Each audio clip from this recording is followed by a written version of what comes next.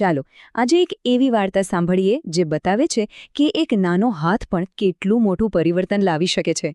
આ વાર્તા એ જ શક્તિશાળી વિચાર વિશે છે કે કેવી રીતે બાળકો ભવિષ્યના સાચા રક્ષક બની શકે છે.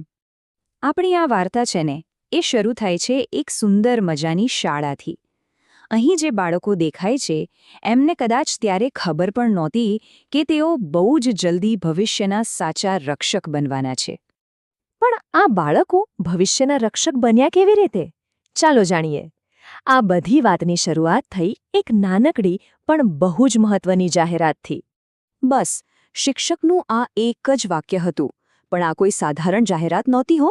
આ તો જાણે એક નાનકડું બીજ હતું જે સીધું બાળકોના મનમાં રોપાઈ રહ્યું હતું. અને એની અસર તો જુઓ, આખો ક્લાસ જાણે ખુશી અને ઉત્સાહથી ઉછળી પડ્યો. એમને ક્યાં ખબર હતી કે આ નાનો એવો પ્રોગ્રામ એમની જ જિંદગીમાં કેટલો મોટો બદલાવ લાવવાનો છે. હવે આ જાહેરાતની અસર દરેક બાળકના મન પર અલગ અલગ થઈ.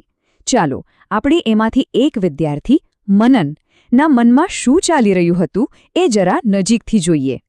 ઘરે જઈને મનન એકદમ શાંતિથી વિચારવા લાગ્યો, શું હું મારા જેવું નાનો છોકરો સાચે જ કોઈ મોટો ફરક પાડી શકું? અને આ એવી શંકા છે જે ઘણીવાર મોટા વિચારો આવે એની બરાબર પહેલાં જ આવતી હોય છે. પણ પછી આવે છે એક ક્ષણ જ્યારે વિશ્વાસ જીતી જાય છે. મનને પોતાની બધી શંકાઓને બાજુ પર મૂકી અને એક પાક્કો નિર્ણય કર્યો. હવે એ ખાલી એક સ્ટુડન્ટ નહોતો, એ તો ભવિષ્યનો રક્ષક બનવા તૈયાર હતો. તો હવે વારો હતો નિર્ણયને હકીકતમાં બદલવાનો. ચાલો વાર્તાના એ ખાસ દિવસ પર જઈએ જ્યાં બાળકો ખાલી છોડ નહીં પણ પોતાનું એક ઉજ્જવળ ભવિષ્ય રૂપવાના હતા. અહીંયા શિક્ષક એમને એક બહુ જ ઊંડી વાત શીખવે છે કે આ ખાલી માટીમાં રોપવાનો છોડ નથી, આ તો એક આશા છે, એક જવાબદારી છે અને આવનારા લીલાછમ ભવિષ્યનું જીવંત પ્રતીક છે. વૃક્ષ વાવવું કેટલું સહેલું છે નહીં?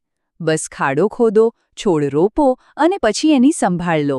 આ 3 સાવ સહેલા સ્ટેપ્સમાં જ આપણી પૃથ્વીનું ભવિષ્ય બદલવાની તાકાત છુપાયેલી છે. અને અહીં જુઓ, મનન અને એના છોડ વચ્ચે કેવો સુંદર સંબંધ બંધાઈ રહ્યો છે.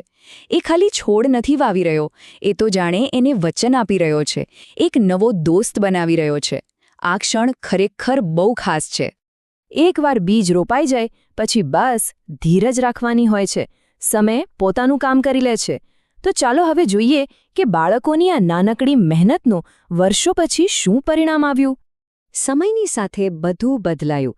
જે પહેલા દિવસે એક નાનકડો નાજુક છોડ હતો એ જ 1 વર્ષમાં થોડો મજબૂત બન્યો અને 5 જ વર્ષમાં તો જુઓ, એ જ બાળકોને છાંયડો આપતું ઘટાદાર વૃક્ષ બની ગયું. અને આની અસર ખાલી વૃક્ષ સુધી જ સીમિત નહોતી. સ્કૂલનું આખું વાતાવરણ જ બદલાઈ ગયું હતું. જ્યાં પહેલાં સૂકી જમીન દેખાતી હતી ત્યાં હવે ચારે બાજુ હરિયાળી છે, પક્ષીઓનો કલરવ સંભળાય છે અને ઠંડો મીઠો છાંયડો મળે છે. પોતાની જ મહેનતનું આવું સુંદર પરિણામ જોઈને બાળકો તો ખુશ થઈ ગયા. એમને થયું કે વાહ, આપણે આ કરી બતાવ્યું. એમની શાળા હવે પહેલાં કરતાં ક્યાંય વધારે સુંદર અને જીવંત લાગી રહી હતી.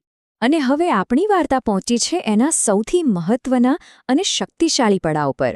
અહીં બાળકોને પોતાની અસલી ઓળખ સમજાય છે અને એમને ખબર પડે છે કે એમણે જે કર્યું એનું સાચું મહત્વ શું છે. શિક્ષક એમને છેલ્લો અને સૌથી મોટો પાઠ શીખવે છે. એ કહે છે, બાળકો, તમે ખાલી વૃક્ષો નથી ઉગાડ્યા, તમે તો આખી ધરતીનું રક્ષણ કર્યું છે. ખરેખર કેટલી મોટી વાત છે આ. અને અહીં મનનની સફર પૂરી થાય છે. એની જે શરૂઆત એક નાનકડી શંકાથી થઈ હતી એ હવે પૂરા આત્મવિશ્વાસ અને ગર્વમાં ફેરવાઈ ગઈ છે. એ સમજી ગયો કે ભલે ઉંમર નાની હોય પણ કામ અને જવાબદારી મોટી હોઈ શકે છે. આખી વાર્તાનો સાર બસ આ એક લાઇનમાં જ આવી જાય છે. એક વૃક્ષ વાવવું એટલે ખાલી એક વૃક્ષ નહીં, એ તો હજારો જીવોને બચાવવા બરાબર છે. એની અસર આપણી વિચાર શક્તિથી પણ ઘણી વધારે હોય છે.